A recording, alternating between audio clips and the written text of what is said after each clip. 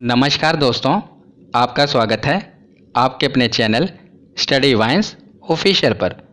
तो आज की इस वीडियो में हम नेशनल पार्क यानी कि प्रमुख राष्ट्रीय उद्यान कवर करेंगे। बहुत डिमांड थी आप लोगों की इस टॉपिक के लिए, तो आज हम नेशनल पार्क को मेमोरी टेक्निक की सहायता से यानी कि ट्रिक की सहायता से कवर करेंगे।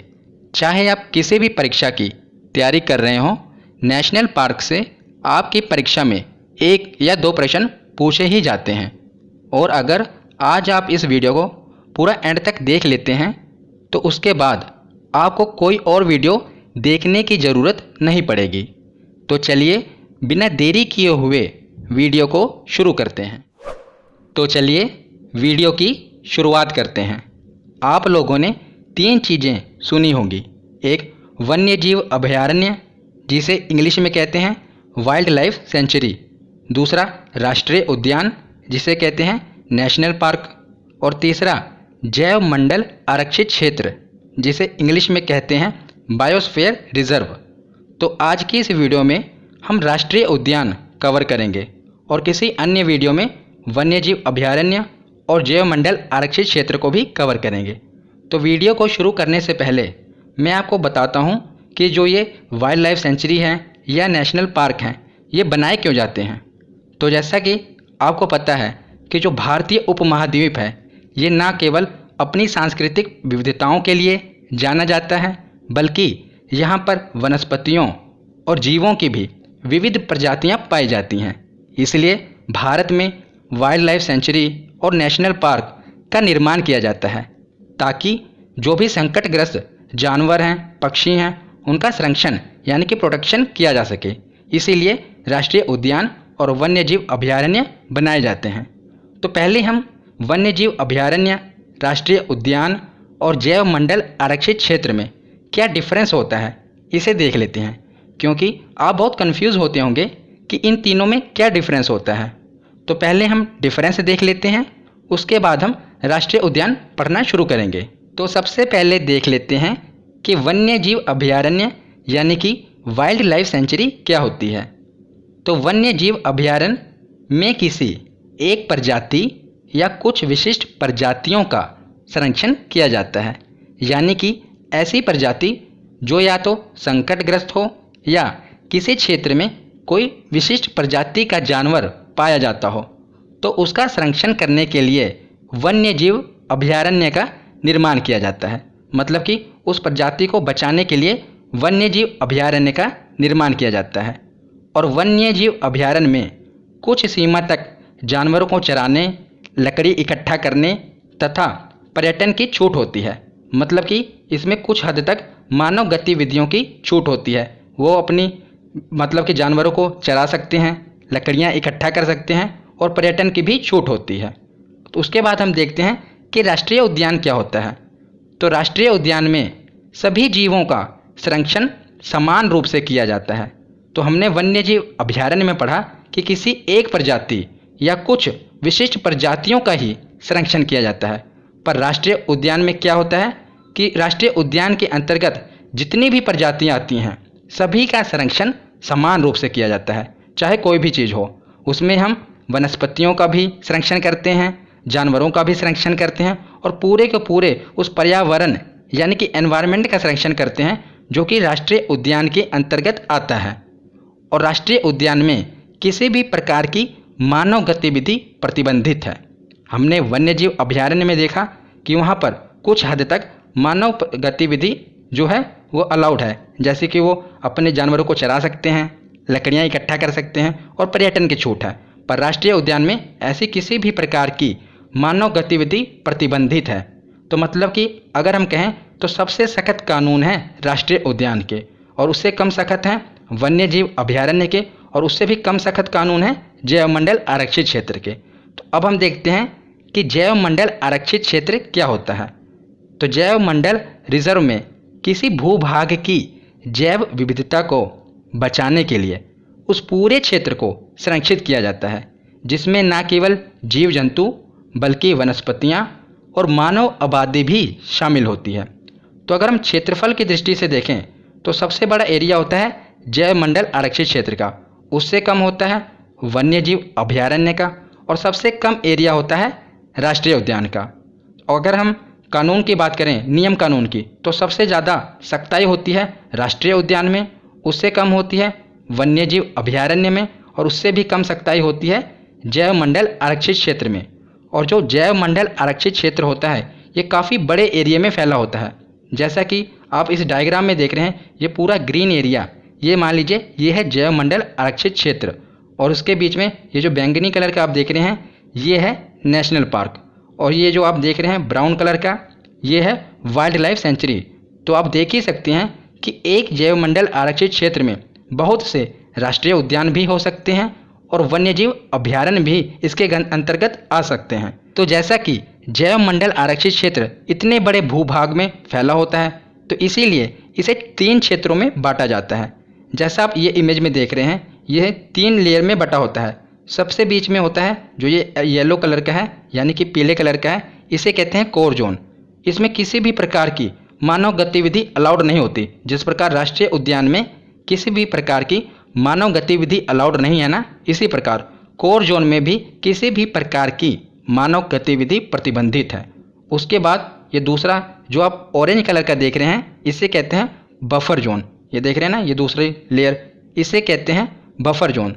तो बफर जोन में भी मानव गतिविधि अलाउड नहीं है, पर रिसर्च के लिए और एजुकेशनल पर्पस के लिए, यानी कि शोध के लिए अलाउड है बफर जोन में। तो जो सबसे लास्ट लेयर है इसे कहते हैं ट्रांजिशन जोन, जो रेड कलर की है ना, इसे कहते हैं ट्रांजिशन जोन, और इसे हिंदी में कहते हैं संक्रमण जोन। तो संक्रमण जोन में मानव गतिविधियां अलाउड हैं, मतलब कि मानव यहाँ पर अपनी बस्ती बसा सकते हैं, यहाँ पर जानवर भी चरा सकते हैं, लकड़ियाँ इकट्ठा कर सकते हैं। जैसा हमने वन्यजीव अभयारण्य में पढ़ा था ना, वही सेम चीज़ यहाँ पर मानव गतिविधियाँ अलाउड हैं। बफर जोन में क्या है, सिर्फ शोध के लिए, रिसर्च के लिए ही अलाउड है, और जो कोर जोन है यहाँ बिल्कुल ही प्रतिबंधित है, यहाँ पर बिल्कुल ही मानव गतिविधि अलाउड नहीं है। तो आशा करता हूँ आपने वन्यजीव अभयारण्य, राष्ट्रीय उद्यान और जैव मंडल आरक्षित क्षेत्र, इसमें क्या डिफरेंस है ये समझ लिया होगा। अब हम राष्ट्रीय उद्यान को पढ़ते हैं। तो चलिए अब राष्ट्रीय उद्यान के बारे में डिटेल में पढ़ते हैं। तो डिटेल में पढ़ने से पहले आपको ये पता होना चाहिए कि राष्ट्रीय उद्यान से क्या क्या प्रश्न बनते हैं। तो 3 प्रकार के प्रश्न इससे बनते हैं। पहला कि अगर कोई विशिष्ट प्रजाति का जानवर पाया जाता है किसी भी राष्ट्रीय उद्यान में तो वो पूछा जाता है। दूसरा, कुछ महत्वपूर्ण तथ्य पूछे जाते हैं, जैसे कि कौन सा सबसे पहला राष्ट्रीय उद्यान है, कौन सा सबसे बड़ा राष्ट्रीय उद्यान है, ये पूछा जाता है। और तीसरा जो कि सबसे महत्वपूर्ण है कि कौन सा राष्ट्रीय उद्यान किस राज्य में है, ये पूछा जाता है। तो तीनों ही चीज़ें हम पढ़ेंगे।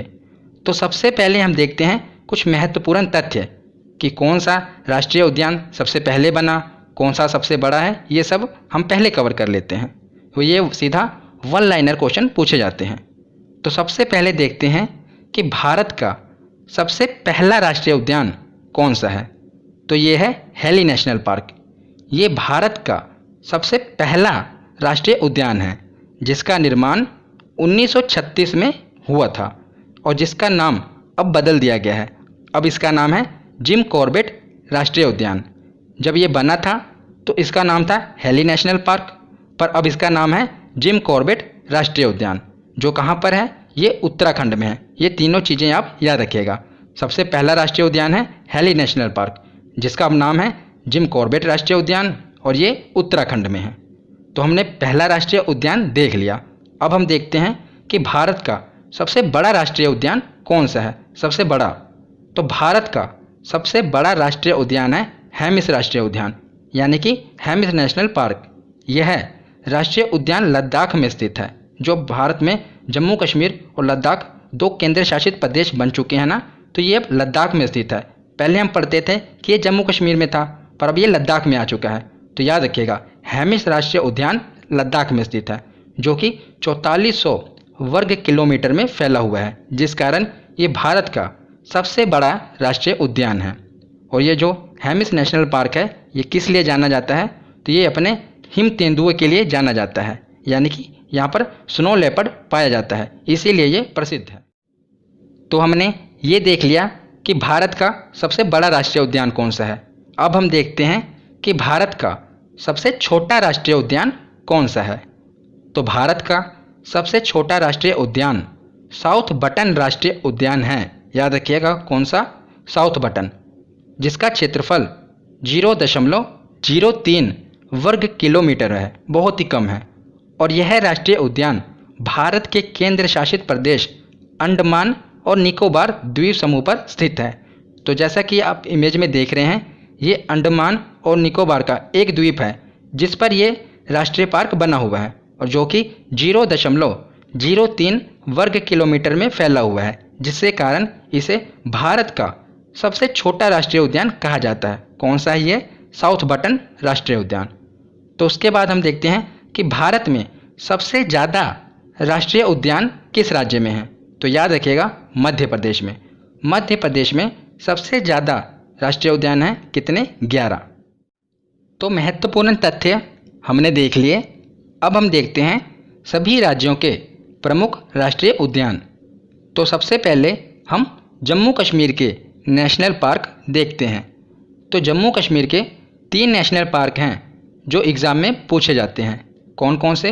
पहला है दाचीगाम नेशनल पार्क, दूसरा है सलीम अली नेशनल पार्क और तीसरा है किश्तवाड़ नेशनल पार्क। जिसमें से जो ये दाचीगाम नेशनल पार्क है, यहाँ पर कश्मीरी हिरन पाया जाता है, जिसे वहाँ की लोकल लैंग्वेज में हंगुल कहा जाता है। क्या कहा जाता है? हंगुल। तो जो ये दाचीगाम नेशनल पार्क है, ये हंगुल के लिए प्रसिद्ध है, याद रखिएगा। तो अब आई बात कि इसे हम याद कैसे करेंगे। तो देखिए, जो ये सलीम अली नेशनल पार्क है, इसे तो आप आसानी से याद रख पाएंगे, क्योंकि जो ये जम्मू कश्मीर वाला एरिया है, ये मुस्लिम बाहुल्य एरिया है। मतलब कि यहाँ पर हमारे जो मुस्लिम भाई बहन हैं, ये इनकी आबादी ज़्यादा है। तो सलीम अली ये एक मुस्लिम नेम लग रहा है ना, तो हमारे मुस्लिम भाई बहनों की आबादी जम्मू कश्मीर में ज़्यादा है, तो इसे आप रिलेट कर पाएंगे कि सलीम अली नेशनल पार्क जम्मू कश्मीर में है। और बाकी के बचे 2, इसे कैसे याद करेंगे? तो देखिए, जो किश्तवाड़ है, इसके पीछे क्या है? वार।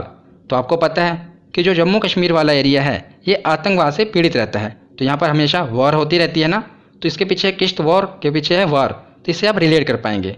और दूसरा है दाचीगाम, कि इसके पीछे है GAM, इसे हम पढ़ेंगे गम। तो देखिए, जब भी वार होती है तो सैनिक शहीद होते हैं, तो हमें बहुत दुख होता है, यानी कि गम होता है। तो इससे आप रिलेट कर पाएंगे और आप तीनों नेशनल पार्क याद रख पाएंगे कि ये जम्मू कश्मीर में है। तो जम्मू कश्मीर के बाद अब हम देखते हैं लद्दाख। तो लद्दाख में एक ही राष्ट्रीय उद्यान है जो हमें पढ़ना है और यही एग्ज़ाम में पूछा जाता है। यह है हेमिस राष्ट्रीय उद्यान। ये हमने पीछे पढ़ा ना कि यह भारत का सबसे बड़ा राष्ट्रीय उद्यान है और यह हिम तेंदुआ यानी कि स्नो लेपर्ड के लिए मशहूर है। यहाँ पर हिम तेंदुआ पाया जाता है, याद रखिएगा। कहाँ पर? हेमिस राष्ट्रीय पार्क में। और यह भारत का सबसे बड़ा नेशनल पार्क है जो कि लद्दाख में है, याद रखिएगा। तो लद्दाख के बाद अब हम देखते हैं हिमाचल प्रदेश। तो हिमाचल प्रदेश में बहुत से राष्ट्रीय उद्यान हैं और हमें ये जो मैंने लिखे हैं इन्हें याद रखने हैं, क्योंकि ये एग्ज़ाम में बहुत बार पूछे गए हैं। तो सबसे पहले देखते हैं कौन सा है? Great Himalayan national park. बाद में हम इसके ट्रिक देखेंगे, पहले आप एक बार देख लीजिए। पहला है ग्रेट हिमालयन नेशनल पार्क, दूसरा है पिन वैली नेशनल पार्क, तीसरा है खीर गंगा नेशनल पार्क, चौथा है सिंबल बारा नेशनल पार्क और पांचवा है इंदर किला नेशनल पार्क। तो ये 5 प्रमुख राष्ट्रीय उद्यान हैं हिमाचल प्रदेश में जो हमें याद रखने हैं। तो इसकी मैंने एक ट्रिक बनाई है जिससे आप इसे याद रख सकते हैं। तो ट्रिक क्या है? देखिए, अगर आप बिना ट्रिक के भी याद रख सकते हैं तो कोई बात नहीं, आप बिना ट्रिक के याद कर लीजिए। अगर आपको ट्रिक की सहायता से याद होता है तो आप ट्रिक की सहायता से याद कर लीजिए। तो इसकी ट्रिक है कि सिम्बा ने हिमालय की वैली पर इंदर के साथ खीर खाई। इससे आप ये 5 याद रख लेंगे। देखिए, सिम्बा एक फिल्म भी आई थी ना जिसमें रणवीर सिंह एक्टर थे। तो सिम्बा हिमालय घूमने गया था, हिमालय की वैली पर यानी कि घाटी पर, अपने दोस्त इंदर के साथ। तो जब वहाँ पर उसको ठंडी लगी तो उसने गर्मा गर्म खीर खाई। तो इसी से आप रिलेट करेंगे कि सिम्बा ने हिमालय की वैली पर इंदर के साथ खीर खाई। तो अब देखिए, इससे आपको 5 नाम याद रहेंगे। सिम्बा से क्या रहेगा? सिंबल बारा नेशनल पार्क, हिमालय से great Himalayan national park, valley से pin valley national park, Inder से इंदर किला नेशनल पार्क और खीर से खीर गंगा नेशनल पार्क। ये 5 के 5 राष्ट्रीय उद्यान हिमाचल प्रदेश में है। तो ये है इसके ट्रिक जिससे आप इसे आसानी से याद रख सकते हैं। तो हिमाचल प्रदेश के बाद अब हम देखते हैं उत्तराखंड। तो उत्तराखंड में भी 6 प्रमुख राष्ट्रीय उद्यान हैं जो हमें याद करने हैं। तो इन्हें हम आसानी से याद कर लेंगे। देखिए कैसे। पहला है जिम कॉर्बेट नेशनल पार्क। ये तो हमने पढ़ा भी पीछे कि ये भारत का सबसे पहला नेशनल पार्क है, तो ये बताने की ज़रूरत तो नहीं पड़ेगी, आपको याद होना चाहिए कि ये उत्तराखंड में है। दूसरा है नंदा देवी नेशनल पार्क। तीसरा है गोविंद नेशनल पार्क। चौथा है valley of flower national park. पांचवा है गंगोत्री नेशनल पार्क और छठा है राजा जी नेशनल पार्क। तो अब इसे हम देखिए मैप में देख लीजिए, ये सभी नेशनल पार्क हैं। तो अब हम देखते हैं कि इन्हें याद कैसे करेंगे। तो जो पहला है जिम कॉर्बेट नेशनल पार्क, ये तो आपको याद ही होना चाहिए कि ये उत्तराखंड में है, क्योंकि ये हमारे भारत का पहला नेशनल पार्क है। अब हम देखते हैं कि बाकी के जो बचे इन्हें याद कैसे करेंगे। तो आपको पता होगा जो उत्तराखंड है ये तीर्थ स्थलों के लिए यानी कि देवी देवताओं के स्थान के लिए फेमस है। तो सबसे ऊपर है नंदा देवी नेशनल पार्क यानी कि नंदा देवी माता। दूसरा गोविंद यानी कि कृष्ण भगवान, तो ये तीर्थ स्थलों के लिए फेमस है ना, देवी देवताओं के लिए। तो नंदा देवी, गोविंद, जब वहाँ पर इतने देवी देवता होंगे तो वैली ऑफ फ्लावर यानी कि फूलों की घाटी तो होगी इनके चरणों में चढ़ाने के लिए, माता के और भगवान के चरणों में फूल चढ़ाने के लिए वहाँ पर फूलों की घाटी तो होगी ही ना। तो वैली ऑफ फ्लावर भी यहीं पर है उत्तराखंड में। और चौथा है गंगोत्री नेशनल पार्क। तो मैंने आपको गंगा नदी तंत्र वाली वीडियो में बताया था ना कि जो उत्तराखंड है यहीं पर है गंगोत्री ग्लेशियर, जहाँ से भागीरथी नदी निकलती है। गंगोत्री ग्लेशियर से भागीरथी नदी निकलती है और दूसरी उत्तराखंड से ही एक नदी निकलती है अलकनंदा, और यही दोनों मिलके आगे गंगा नदी बनाती हैं। तो ये गंगोत्री ग्लेशियर कहाँ पर है? तो उत्तराखंड में ही है। तो वहीं पर है गंगोत्री नेशनल पार्क और एक बचा राजा जी नेशनल पार्क, इसे आप याद रख लीजिएगा। तो देखिए Nanda Devi, Govind, valley of flower और गंगोत्री ये हमने एक ही साथ रिलेट करके पढ़ लिए। और जिम कॉर्बेट नेशनल पार्क ये सबसे महत्वपूर्ण है, तो हमें पता ही होना चाहिए था ना कि ये उत्तराखंड में है जो कि भारत का सबसे पहला राष्ट्रीय उद्यान है। तो इन्हें सब याद रखिएगा आप। तो अब आगे देखते हैं 3 राज्य हैं उत्तर प्रदेश, बिहार और झारखंड। इन तीनों में आपको एक एक ही नेशनल पार्क याद रखना है और यही पूछे जाएंगे। तो पहले देखते हैं उत्तर प्रदेश। तो उत्तर प्रदेश में है दुधवा नेशनल पार्क। कौन सा? दुधवा राष्ट्रीय उद्यान। तो इसे आप कैसे याद रखेंगे? आपको पता होगा कि पूरे भारत में सबसे ज़्यादा दूध का उत्पादन उत्तर प्रदेश से ही होता है। तो कहाँ से होता है? उत्तर प्रदेश से सबसे ज़्यादा दूध का उत्पादन। तो इसीलिए याद रखिएगा कि दुधवा राष्ट्रीय उद्यान भी उत्तर प्रदेश में ही है, दूध से आप रिलेट करिएगा। उसके बाद देखते हैं बिहार। तो बिहार में है वाल्मीकि राष्ट्रीय उद्यान। ये तो बहुत फेमस है, आपको पता ही होगा कि वाल्मीकि राष्ट्रीय उद्यान कहाँ पर है। तो ये है बिहार में। और तीसरा देखते हैं झारखंड। तो झारखंड में भी आपको एक ही याद रखना है, ये है बेतला नेशनल पार्क। कौन सा? बेतला। तो इसे आप कैसे याद करेंगे? तो एक छोटी सी कहानी से आप इसे याद कर पाएंगे। तो आपको पता होगा कि झारखंड का एक बेटा है जिसने पूरे झारखंड का नाम रोशन किया है। तो मैं महेंद्र सिंह धोनी की बात कर रहा हूँ, वो झारखंड के ही है ना, झारखंड में ही पैदा हुए थे। तो बेतला को आप रिलेट करेंगे बेटे से यानी कि बेटा से। तो झारखंड का बेटा, इसने पूरे झारखंड का नाम रोशन किया, ना ही झारखंड का बल्कि पूरे भारत का नाम रोशन किया है झारखंड के बेटे ने, वो है महेंद्र सिंह धोनी। तो झारखंड का बेटा यानी कि बेतला राष्ट्रीय उद्यान ये झारखंड में है, याद रखिएगा। तो उत्तर प्रदेश, बिहार और झारखंड के बाद अब हम आते हैं पश्चिम बंगाल में। तो पश्चिम बंगाल में टोटल 6 राष्ट्रीय उद्यान आपको याद रखने हैं। बहुत ही आसानी से अभी आपको ये याद हो जाएंगे। पहले हम देख लेते हैं कि कौन कौन से हैं। पहला है सुंदरवन नेशनल पार्क। ये तो आपने पढ़ा होगा और सुना भी होगा, हमने पढ़ा था ना कि जो सुंदरवन डेल्टा है यही पश्चिम बंगाल के तट पर ही बनता है। तो ये सुंदरवन नेशनल पार्क भी कहाँ पर है? पश्चिम बंगाल में ही है। और ये रॉयल बंगाल टाइगर के लिए प्रसिद्ध है। तो रॉयल बंगाल टाइगर यहीं सुंदरवन नेशनल पार्क में पाए जाते हैं और इसी के लिए ये प्रसिद्ध है, याद रखिएगा। दूसरा है गोरुमारा नेशनल पार्क। तीसरा है बुक्सा नेशनल पार्क। चौथा है सिंगालीला नेशनल पार्क। पांचवा है जल्दापारा नेशनल पार्क और छठा है न्यूरा वैली नेशनल पार्क। तो जो ये सुंदरबन है ये तो आपको याद होना चाहिए कि ये है पश्चिम बंगाल में। तो दूसरा हम देखते हैं गोरुमारा। अगर कोई चीज़ सुंदर होगी तो वो गोरी भी होगी ना, तो गोरू से गोरा याद रखेंगे। कोई चीज़ सुंदर है तो वो गोरी भी है यानी कि गोरा है, तो गोरुमारा। बाकी के जो ये 4 बचे इन्हें हम एक ही चीज़ से याद करेंगे, एक स्टोरी से हम इन चारों को याद करेंगे।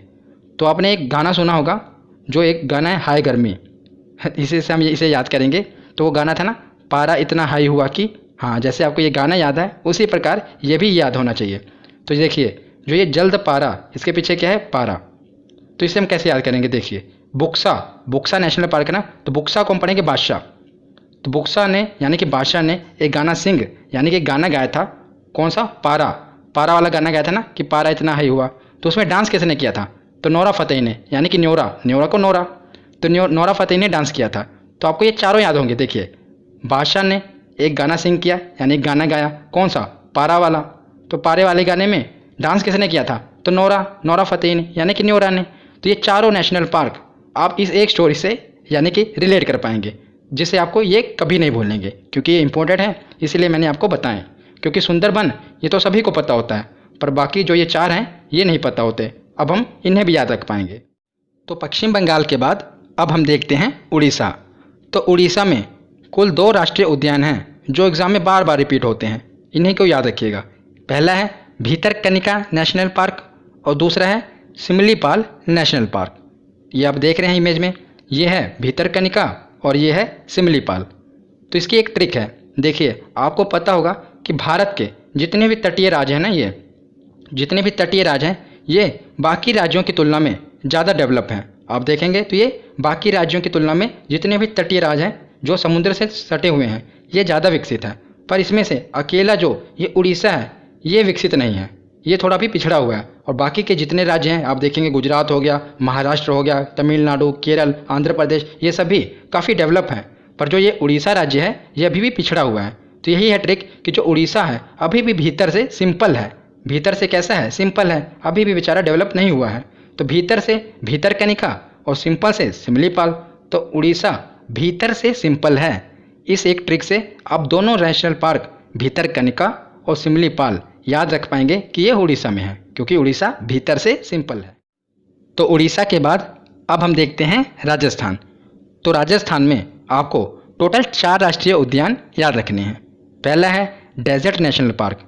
तो डेजर्ट तो आपको पता होगा कि पूरे राजस्थान में मरुस्थल है ना ज़्यादातर, तो डेजर्ट नेशनल पार्क कहाँ पर होगा, तो राजस्थान में ही होगा।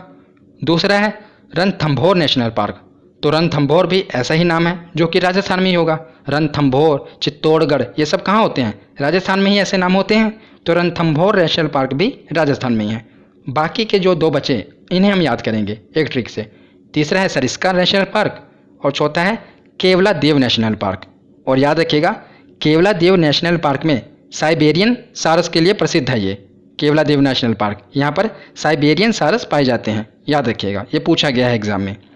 तो हम सरिस्का और केवलादेव इन दोनों नेशनल पार्क को याद करते हैं। किन्हें याद कैसे करेंगे, तो आपको पता होगा कि राजस्थान में बहुत ही वीर और प्रतापी राजा हुए हैं। जो राजपूत राजा हुए ये बहुत प्रतापी राजा थे।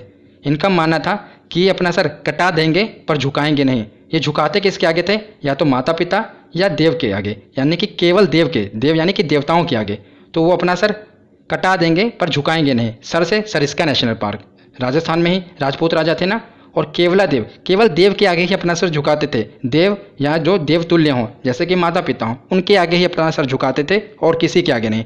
तो सरिस्का और केवलादेव इससे आप रिलेट करके पढ़ पाएंगे। एक छोटी सी कहानी सी है जिसे आप याद कर पाएंगे। तो राजस्थान के बाद अब हम देखते हैं गुजरात। तो गुजरात में आपको टोटल 4 नेशनल पार्क याद रखने हैं। कौन कौन से, पहला है ब्लैक बक नेशनल पार्क यानी कि काला हिरन। दूसरा है वंसदा नेशनल पार्क और तीसरा है गिर नेशनल पार्क और चौथा है मरीन नेशनल पार्क। तो ये 4 नेशनल पार्क हैं जो आपको याद रखने हैं। तो इनकी मैंने एक ट्रिक बनाई है जिससे आप इन चारों को याद रख पाएंगे। तो इसकी ट्रिक क्या है कि गुजरात की ब्लैक बक वन में गिर कर मर गई। तो वन में क्या हुआ, अचानक गिर गई और वो मर गई।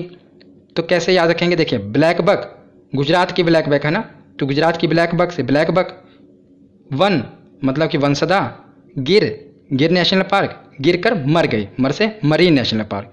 तो चारों आप याद रख पाएंगे इस ट्रिक से कि गुजरात की ब्लैक बक वन में गिरकर मर गई। बहुत ही आसान ट्रिक है जिससे आप गुजरात के सभी जो नेशनल पार्क हैं याद कर पाएंगे। तो वीडियो को कंटिन्यू करने से पहले मैं आपको कुछ बताना चाहता हूं कि आप में से कई लोगों के मुझे रोज़ ये मैसेज आते हैं इंस्टाग्राम पर कि सर बताइए PDF के चार्जेस कितने हैं और ये PDF कहाँ पर मिलेंगी। तो मैं आपको बताना चाहता हूँ कि मैं जितनी भी वीडियो प्रोवाइड करता हूँ ये सभी फ्री हैं और मेरे द्वारा जितनी भी पीडीएफ प्रोवाइड की जाती है मैं सभी वीडियो की free of cost PDF provide करता हूं आपको। इसलिए मैं कोई भी चार्जेस नहीं लेता। जितनी भी पीडीएफ मैं प्रोवाइड करता हूं ये सभी आपके लिए फ्री है। बस इतना ही चार्ज है कि जितना मैं मेहनत से पढ़ाता हूं उतनी ही मेहनत से आप भी पढ़िए और अपने मुकाम को हासिल करिए। जो भी आपका टारगेट है उसे हासिल करिए, यही मेरे लिए रिवॉर्ड होगा। और जितनी भी मेरी पीडीएफ हैं ये आपको study vines official Telegram channel पर मिल जाएंगी फ्री ऑफ कॉस्ट। और मैंने टेलीग्राम चैनल का लिंक वीडियो के डिस्क्रिप्शन में दे रखा है। आप चाहें तो वहां से ज्वाइन कर लें, नहीं तो सीधा टेलीग्राम पर जाइए और सर्च करिए स्टडी वाइन्स ऑफिशियल और वहां से आप ज्वाइन कर लीजिए। और मेरी जितनी भी वीडियो हैं सभी की फ्री ऑफ कॉस्ट पीडीएफ आपको वहां पर मिल जाएंगी। इसका कोई भी चार्ज नहीं है। इसलिए आप इंस्टाग्राम पर ये मत पूछा कीजिए कि कहाँ पर पीडीएफ मिलेगी। मैं जो भी पीडीएफ है वो डेली अपलोड कर देता हूँ टेलीग्राम चैनल पर, वहीं पर से आपको मिल जाएंगी। तो चलिए अब आगे देखते हैं। तो अब हम आगे देखते हैं मध्य प्रदेश। जैसा कि हमने देखा ना कि मध्य प्रदेश में सबसे ज़्यादा नेशनल पार्क हैं, तो अब हम इनके जो इम्पोर्टेंट हैं उन्हें कवर करते हैं। तो सबसे पहले है कान्हा नेशनल पार्क, दूसरा है माधव, तीसरा है बांधवगढ़, चौथा है वन विहार, पांचवा पन्ना, छठा सतपुड़ा, पेंच संजय। तो इन्हें हम याद कैसे करेंगे? देखिए पहले तो आप ये देख लीजिए, जो पेंच नेशनल पार्क है ये मध्य प्रदेश और महाराष्ट्र दोनों की सीमा पर है। एमपी और महाराष्ट्र दोनों की सीमा पर है, मतलब दोनों पे ही पेंच लगे हुए हैं इसके पेंच नेशनल पार्क के, मध्य प्रदेश और महाराष्ट्र में। और जो संजय नेशनल पार्क है ये मध्य प्रदेश और छत्तीसगढ़ ये दोनों की सीमा पर है। तो संजय नेशनल पार्क भी दोनों की सीमा पर है, एक मध्य प्रदेश में तो है ही और छत्तीसगढ़ में भी है। और जो ये पेंच नेशनल पार्क है ये भी मध्य प्रदेश में है और महाराष्ट्र में, तो इन दोनों को याद रखिएगा।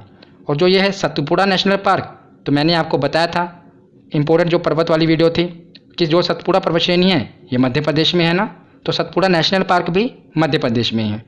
उसके ऊपर है पन्ना नेशनल पार्क। तो इससे पिछली वीडियो कृषि वाली थी और उससे पिछली खनिज वाली वीडियो थी। तो खनिज वाली वीडियो में मैंने आपको बताया था कि जो सबसे प्रमुख जो हीरा है ये हीरा कहाँ पर पाया जाता है, तो ये मध्य प्रदेश की पन्ना खान में पाया जाता है। हमने कहा था ना हीरा पन्ना एक ही साथ हम पढ़ते हैं, तो मध्य प्रदेश में है पन्ना की खानी और वहीं से हमें हीरा मिलता है। तो पन्ना की खानी मध्य प्रदेश में है, तो पन्ना नेशनल पार्क भी मध्य प्रदेश में है। तो जो अगर आपने ज्योग्राफी की मेरी सभी वीडियो नहीं देखी तो उन्हें ज़रूर देख लेना। मैंने सभी को ट्रिक से और मैप की सहायता से आपको समझाया है और बहुत ही आसान शब्दों में आपको समझाया है। तो आप इंडियन ज्योग्राफी की प्लेलिस्ट में जाकर मेरे द्वारा जितनी भी ज्योग्राफी की वीडियो अपलोड की गई हैं उन्हें देख लेना। तो हमने देखा कि जो पन्ना नेशनल पार्क है ये भी पन्ना की खानें कहाँ पर थी, तो मध्य प्रदेश में थी, वहीं पर है पन्ना नेशनल पार्क।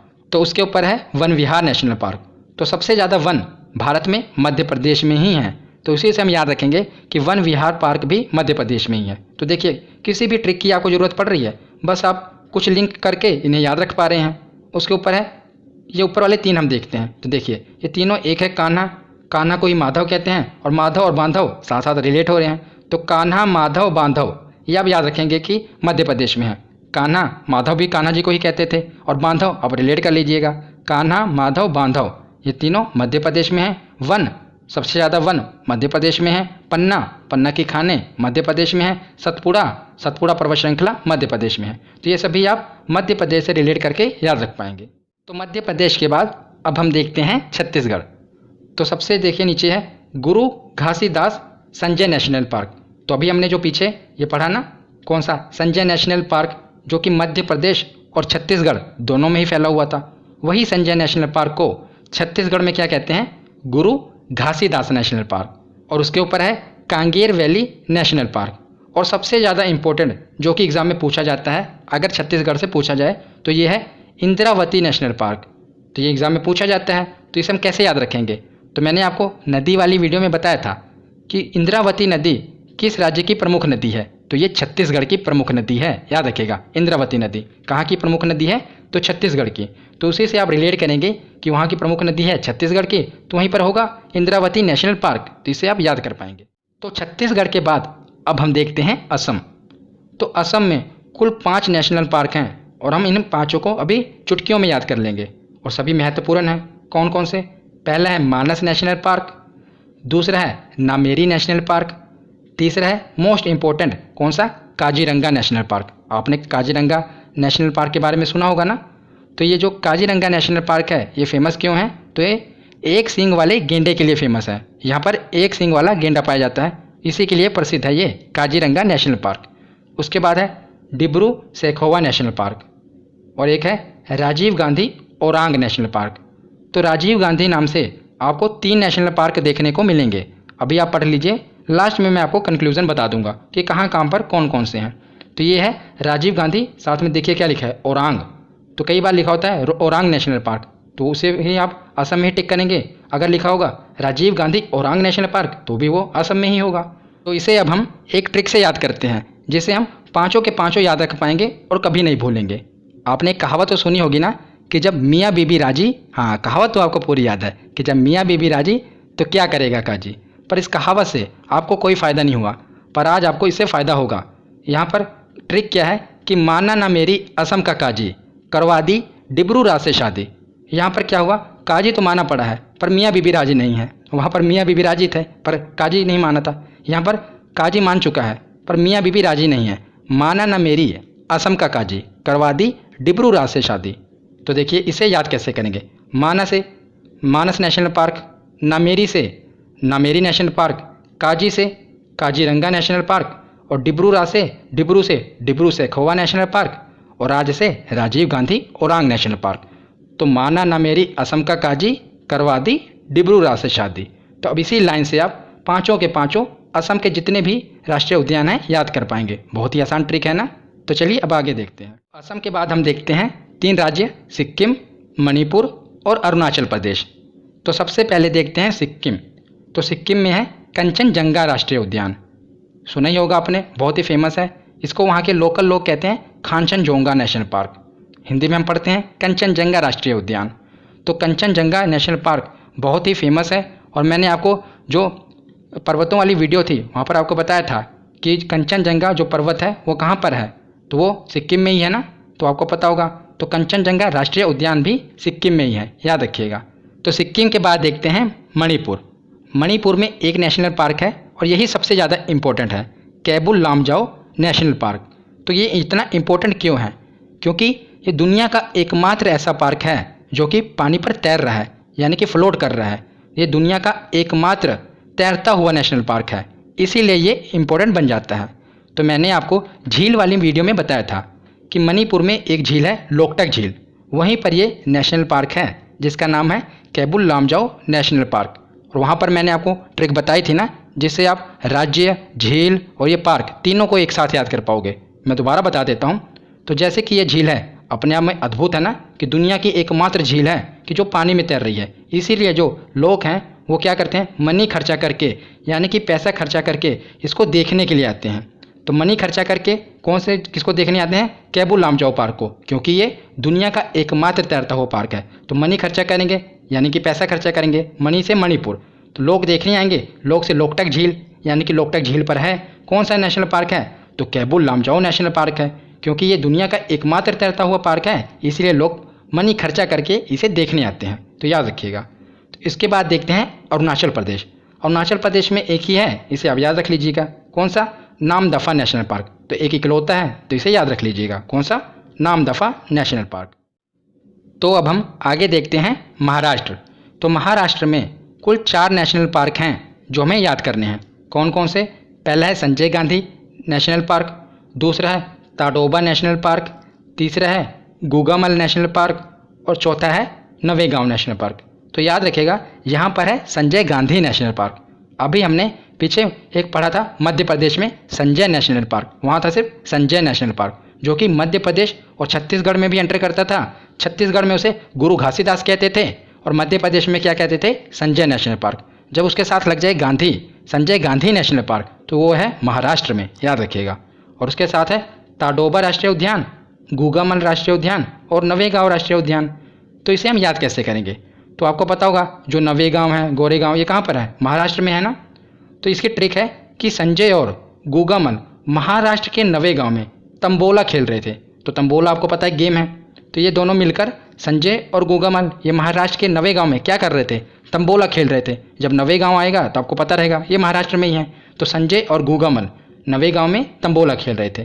तो देखिए कैसे होगा कि संजय से संजय गांधी नेशनल पार्क, गूगामल से गूगामल नेशनल पार्क, नवेगांव से नवेगांव और तंबोला से ताडोबा, तंबोला ताडोबा। तो ये चारों आप इस आसान सी ट्रिक से याद रख पाएंगे। बहुत ही आसान ट्रिक है कि संजय और गोगामल महाराष्ट्र के नवेगांव में तंबोला खेल रहे थे।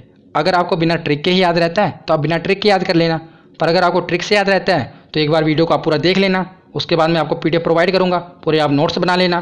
तो 2-3 बार आप पढ़ लेंगे तो आपको ये याद रहेंगे, क्योंकि वैसे भी बहुत से नेशनल पार्क हैं और इन्हें बिना ट्रिक के या बिना किसी मेमोरी टेक्निक के याद नहीं किया जा सकता, इसलिए आप इसे याद करना। तो महाराष्ट्र के बाद अब हम देखते हैं आंध्र प्रदेश।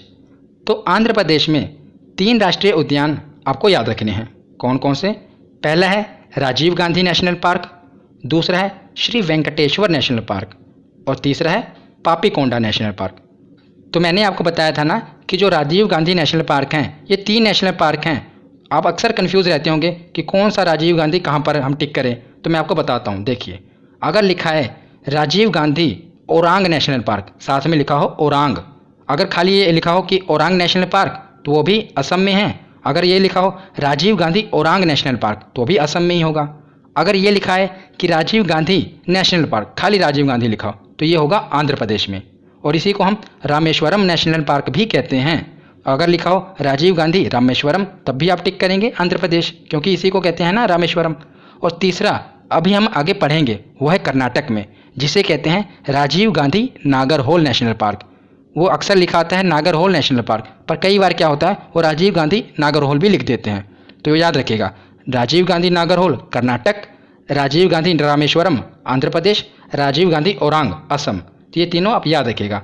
अब मैं आशा करता हूँ कि आपकी कन्फ्यूज़न दूर हो गई होगी कि अगर आपको एग्ज़ाम में आएगा तो आप गलत टिक नहीं करेंगे। तो हमने देख लिया कि राजीव गांधी कहाँ पर है, आंध्र प्रदेश में, श्री वेंकटेश्वर ये भी आंध्र प्रदेश में, और पापीकोंडा ये भी आंध्र प्रदेश में। तो लोग अपने पाप मिटाने जाते हैं श्री वेंकटेश्वर भगवान के पास। वेंकटेश्वर भगवान विष्णु भगवान के अवतार है ना। तो जब भी लोग पाप से अंधे हो जाते हैं तो वो श्री वेंकटेश्वर भगवान के पास अपने पाप मिटाने जाते हैं। इसे आप रिलेट कर पाएंगे। पापीकोंडा और वेंकटेश्वर ये कहाँ पर हैं, आंध्र प्रदेश में। तो आंध्र प्रदेश के बाद अब हम आते हैं कर्नाटक में। तो कर्नाटक में भी 5 नेशनल पार्क हैं और उनके नाम भी इतने अद्भुत हैं कि आप भूल जाते होंगे, पर अब आप कभी नहीं भूलेंगे। पहला है नागरहोल नेशनल पार्क, दूसरा है कुद्रेमुख नेशनल पार्क, तीसरा है अंशी, चौथा है बैनरघट्टा और 5वां है बांदीपुर। तो अब हम इसके ट्रिक देखते हैं कि इसे याद कैसे करेंगे, क्योंकि 5 इंपॉर्टेंट है। अब आप इसे कभी भूलेंगे नहीं। तो जैसा कि आपको पता होगा कि प्रधानमंत्री मोदी ने स्वच्छ भारत अभियान लॉन्च किया था। सभी राज्यों ने इसमें बढ़ चढ़ कर भाग लिया और सभी भारत के निवासियों ने भी बढ़ चढ़ कर भाग लिया था, पर कर्नाटक ने कुछ ज़्यादा ही बढ़ चढ़ कर भाग ले लिया। कर्नाटक ने क्या कहा कि कर्नाटक के नगर में कूड़े का अंश भी बैनर पर बैन है। तो जो बैनर लगता है ना उस पर भी कूड़े का अंश बैन है। तो ये है हमारी ट्रिक, इसे हम याद कर पाएंगे कि कर्नाटक के नगर में कूड़े का अंश भी बैनर पर बैन है। तो देखिए, नगर से आएगा नागरहोल, कूड़े से कुद्रेमुख, कूड़े से कुद्रेमुख, अंश से अंशी, आगे क्या है बैनर, तो बैनर से बैनरघट्टा, और बैन से क्या होगा, ये देखिए ये है BAN बैन, तो बैन से बांदीपुर। तो कर्नाटक के नगर में कूड़े के अंश भी बैनर पर बैन हैं, याद रखिएगा। इससे आप ये 5 नेशनल पार्क याद कर पाएंगे। आशा करता हूँ आपको ट्रिक पसंद आ रही होगी, जिससे आप रिलेट कर पाएंगे और सभी जो नेशनल पार्क आपको कठिन लगते होंगे ये याद रहेंगे। तो अब आगे देखते हैं केरल। तो केरल में आपको 4 नेशनल पार्क याद रखने हैं। पहला है साइलेंट वैली नेशनल पार्क, दूसरा है पेरियार, तीसरा है अन्नामुडी और चौथा है एराविकुलम। तो ये 4 नेशनल पार्क आपको याद रखने हैं। तो इनके याद रखने का तरीका, तो जो पहला है साइलेंट वैली यानी कि शांत घाटी। तो ये GK का क्वेश्चन है ना कि शांत घाटी कहाँ पर है, तो केरल में है। तो साइलेंट वैली कहाँ पर है, तो केरल में। तो साइलेंट वैली नेशनल पार्क भी केरल में ही होगा। तो ये दोनों आप याद रखिएगा। और पेरियार, ये तो मैंने आपको कितनी बार बता चुका हूँ कि अगर पेरियार झील हो, पेरियार नेशनल पार्क हो, पेरियार नदी हो, पेरियार के आगे कुछ भी लिखा हो तो वो केरल में ही होगा, याद रखिएगा। तो पेरियार से रिलेटेड कोई भी चीज़ हो तो केरल में होगी। तो पेरियार नेशनल पार्क भी केरल में है। और एक जो लास्ट में है इराविकुलम, इसे याद रख लीजिएगा। और ये जो ऊपर है अन्नामुडी, तो अन्नामुडी भी मैं आपको बता देता हूँ। तो मैंने आपको अन्नामलाई की पहाड़ियाँ बताई थी ना कि वो तमिलनाडु और केरल में फैली हुई हैं। इधर है तमिलनाडु और केरल में फैली हुई हैं, पर जो उसकी सबसे ऊंची चोटी थी अन्नामुडी, ये कहाँ पर थी, तो केरल में। तो अन्नामलाई पहाड़ी की सबसे ऊंची चोटी अन्नामुडी पहाड़ी ये कहाँ पर है? तो केरल में है। तो अन्नामुडी चोटी भी केरल में है और अन्नामुडी नेशनल पार्क भी केरल में है। तो ये तो आप ऐसे ही रिलेट करके याद रख लेंगे, इनकी कोई ट्रिक की अलग से ज़रूरत नहीं है। तो शांत घाटी भी यहीं पर है, पेरियार भी यहीं पर है और अन्नामुडी नेशनल पार्क भी यहीं पर है, याद रखिएगा। तो आगे हम देखते हैं तमिलनाडु। तमिलनाडु में 5 नेशनल पार्क आपको याद रखने हैं, बहुत ही आसान है। पहला है मुदुमलाई, दूसरा है अन्नामलाई, अन्नामलाई को इंदिरा गांधी नेशनल पार्क भी कहते हैं। तीसरा है ग्विंडी नेशनल पार्क, चौथा है मुकुर्थी नेशनल पार्क और पांचवा है gulf of Mannar national park, यानी कि मन्नार की खाड़ी नेशनल पार्क। तो ये तो आप आसानी से याद रख पाएंगे ना, मन्नार की खाड़ी ये तमिलनाडु के पास ही है। ये तमिलनाडु है मान लीजिए, नीचे श्रीलंका और यहाँ पर कुछ द्वीप हैं जिसे हम राम सेतु कहते हैं, और नीचे क्या है? मन्नार की खाड़ी। तो यहीं पर तो है ये नेशनल पार्क, मन्नार की खाड़ी वाला gulf of Mannar national park, जिसे आप आसानी से याद रख पाएंगे। बाकी की आप देखिए कैसे याद रख लेंगे। देखिए ये बाकी की आप ऐसे याद करेंगे, तो आपने फिल्में देखी होंगी ना साउथ की, तो जो साउथ के गुंडे होते हैं, गुंडी नेशनल पार्क को गुंडे से रिलेट करेंगे। ये गुंडी और गुंडा एक ही तरह लग रहा है ना। तो जो साउथ के गुंडे होते हैं, आपको पता है वो जब भी एक मुक्का मारते हैं तो न्यूटन के लॉ भूल जाते हैं। तो जब भी वो मुक्का मारते हैं, मुकुर्थी यानी मुक्का मारते हैं, तो लोगों की मलाई निकाल देते हैं। दोनों में मलाई मलाई आ रहा है ना। तो साउथ के गुंडे जब भी मुक्का मारते हैं तो लोगों की मलाई निकाल देते हैं। तो ये तमिलनाडु से आप रिलेट करेंगे। गुंडी नेशनल पार्क गुंडे, मुकुर्थी मुक्का मारते हैं साउथ के गुंडे, अन्नामलाई और मुदुमलाई तो मलाई निकाल देते हैं। तो इससे आप एक तरीका है याद रख पाएंगे। तो अब हम आगे जो बचे हैं इन्हें भी कवर कर लेते हैं, हरियाणा, नागालैंड और मेघालय। इसके बाद हमारा लास्ट अंडमान निकोबार बचेगा, उसे देख लेंगे। तो इन तीनों में पहले देखते हैं हरियाणा को। तो हरियाणा में एक है सुल्तानपुर नेशनल पार्क और एक है कालेसर नेशनल पार्क। तो जिसमें से जो ये सुल्तानपुर नेशनल पार्क है ये कई बार एग्जाम में पूछा गया है। तो आपने वो मूवी देखी है ना सलमान खान की सुल्तान, तो हरियाणा से ही रिलेटेड थी मूवी, तो इसे आप याद कर पाएंगे, वो हरियाणा से ही रिलेटेड थी ना सुल्तान वाली मूवी। तो सुल्तानपुर नेशनल पार्क कहाँ पर है? हरियाणा में है। और ये देखिए नागालैंड, नागालैंड में है कौन सा national park? Ntangki national park. ना से शुरू हो रहा है दोनों, नाम भी अजीब सा ही है। नतांगकी नेशनल पार्क ये कहाँ से है? ये नागालैंड में है। और मेघालय में कौन सा है? तो नोकरेक राष्ट्रीय उद्यान है, ये इंपॉर्टेंट है। तो आप इसे याद कैसे रख पाएंगे? क्योंकि नतांगकी तो आप याद रख लेंगे, मैंने कहा नागालैंड में है। अगर नोकरेक को आप भूल गए कि ये नागालैंड में है तो कैसे याद कर पाएंगे? तो आपको पता होगा जो मेघालय है यहाँ पर सबसे ज़्यादा बारिश होती है, भारत में सबसे ज़्यादा बारिश मेघालय में ही होती है। तो आप ऐसे याद रखिए कि वहाँ पर इतना पानी भर जाता है ना कि लोग स्कूटर मोटरसाइकिल से नहीं चलते, नौका से चलते हैं। नौकरेक नौका यानी कि नाव, वहाँ पर इतना पानी भर जाता है कि लोग नावों से चलते हैं, यानी कि नौका से चलते हैं। तो मेघालय में है नोकरेक राष्ट्रीय उद्यान। इस एक ट्रिक से आप रिलेट करके याद कर पाएंगे। लास्ट में बचा अंडमान निकोबार। इसमें 4 नेशनल पार्क हमें याद करने हैं, बस यही चारों एग्जाम में पूछे जाते हैं। जो नीचे वाले 2 हैं नॉर्थ बटन और साउथ बटन। तो हमने पीछे पढ़ा महत्वपूर्ण तथ्य में कि south button national park Bharat का सबसे छोटा नेशनल पार्क है। तो जब साउथ बटन अंडमान निकोबार में होगा तो नॉर्थ बटन भी वहीं होगा। ऊपर वाले हम देखते हैं, एक महात्मा गांधी नेशनल पार्क, एक रानी झांसी मैरी नेशनल पार्क। तो मैं आपको एक छोटी सी स्टोरी से इसे याद कराता हूँ। तो आपको पता होगा कि अंडमान निकोबार में काले पानी की सज़ा दी जाती थी अंग्रेज़ों के समय में। अगर कोई भी स्वतंत्रता सेनानी अंग्रेज़ों का विरोध करता था तो वह उसे काले पानी की सज़ा देते थे। तो ये जो महात्मा गांधी हैं और रानी झांसी हैं ये भी स्वतंत्रता सेनानी थे ना। तो इससे आप याद करिए कि दोनों स्वतंत्रता सेनानी थे, और जब ये अंग्रेज़ों का विद्रोह करते थे तो अंग्रेज इन्हें काले पानी की सज़ा देने की धमकी देते थे। तो महात्मा गांधी और रानी झांसी, और हमने जितने भी पीछे पढ़े कोई स्वतंत्रता सेनानी नहीं था। महात्मा गांधी और रानी झांसी ये स्वतंत्रता सेनानी हैं, तो अंग्रेज इन्हें विद्रोह करने के लिए दबाते थे, नहीं तो वो कहते थे आपको काले पानी की सज़ा दे दी जाएगी। तो इसे आप याद कर लीजिएगा, एक छोटी सी स्टोरी है जिससे आप कभी भूलेंगे नहीं। तो आज की ये वीडियो यहीं पर ख़त्म होती है। कैसी लगी ये वीडियो कमेंट सेक्शन में ज़रूर बताना। धन्यवाद।